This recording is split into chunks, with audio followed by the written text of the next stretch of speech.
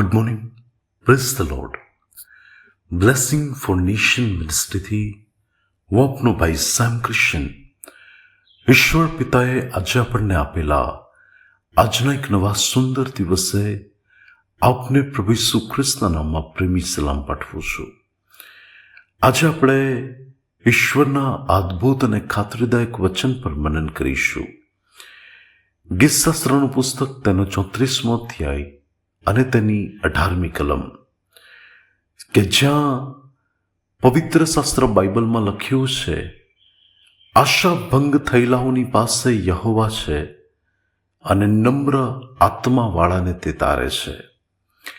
હિન્દી અનુવાદમાં પ્રમાણે લખવામાં આવ્યું છે, यहोवा टूटे मन वालों के समीप रहता है और पीसे हुओं का उद्धार करता है.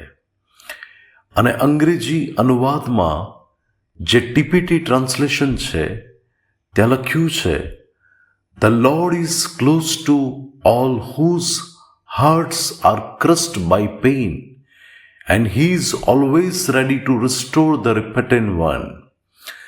એટલે કે વલાઓ, જે લોકોના હૃદયો કચડાયેલા છે, જે લોકોના મન તૂટેલા છે, જેઓ આશાભંગ થયેલા છે, એવા લોકોની પાસે સર્વશક્તિમાન પરમેશ્વર છે.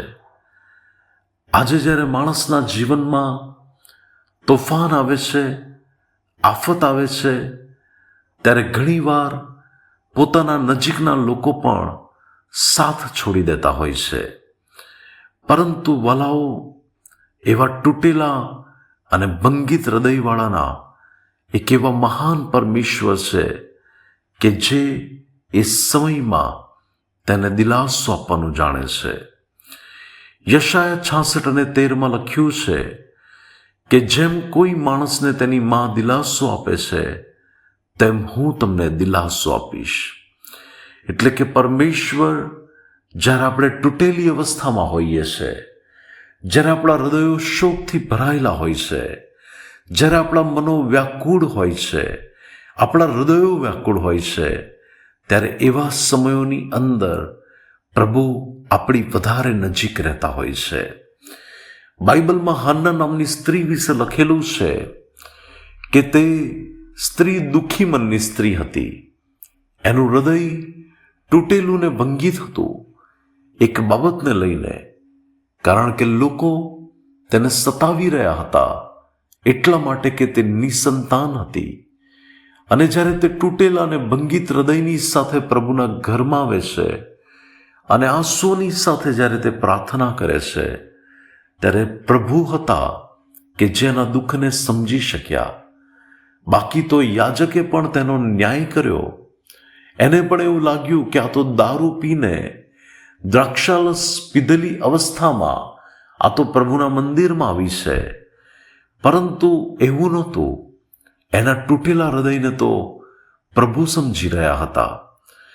વાલાઓ, ઘણી બધી વાર માણસ બીજી વ્યક્તિનો ન્યાય બહુ સરળતાથી કરી દે છે અને તેને ત્રાજવામાં તોડે છે.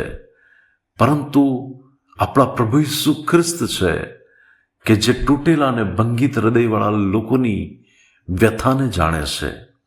અને પ્રભુ એવા લોકોની સાથે રહેવું વધારે પસંદ કરે છે કે જે લોકો હૃદયથી ભંગિત છે. અને પ્રભુ એવા લોકોને જોઈ નથી રહેતા. પ્રભુ એવા લોકોની પરિસ્થિતિ પણ બદલે છે. બાઇબલમાં તમે હાન્ના માટે જુઓ તો એ તૂટેલા હૃદયવાળી વ્યક્તિની પરિસ્થિતિ પ્રભુએ બદલી. અને બાઇબલ કહે છે કે પ્રભુએ તેના શોકને આનંદમાં બદલી નાખ્યો.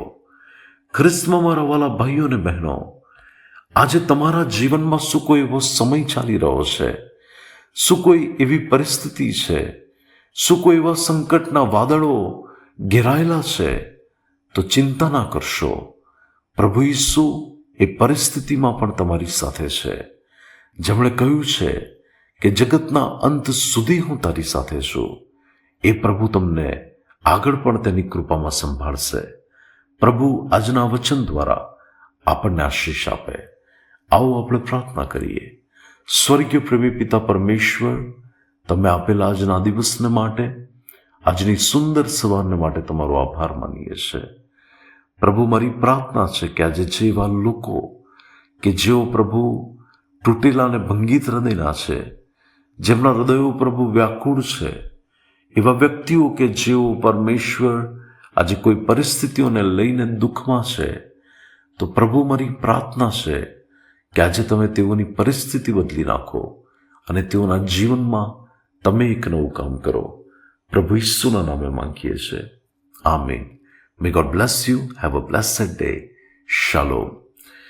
આજે સાંજે 6 કલાકે વલાઓ શુભ સંદેશ ટીવી ચેનલ ઉપર મારો ટીવી પ્રોગ્રામ આવવાનો છે કે જ્યાં હું પ્રભુનું વચન આજે સાંજે પ્રોગ્રામમાં આપતો હોઈશ. તો આપ સાંજે 6 થી 6:30 કલાકે શુભ સંદેશ ટીવી ચેનલ ઉપર આજનો મારો કાર્યક્રમ તમે નિહાળી શકો છો.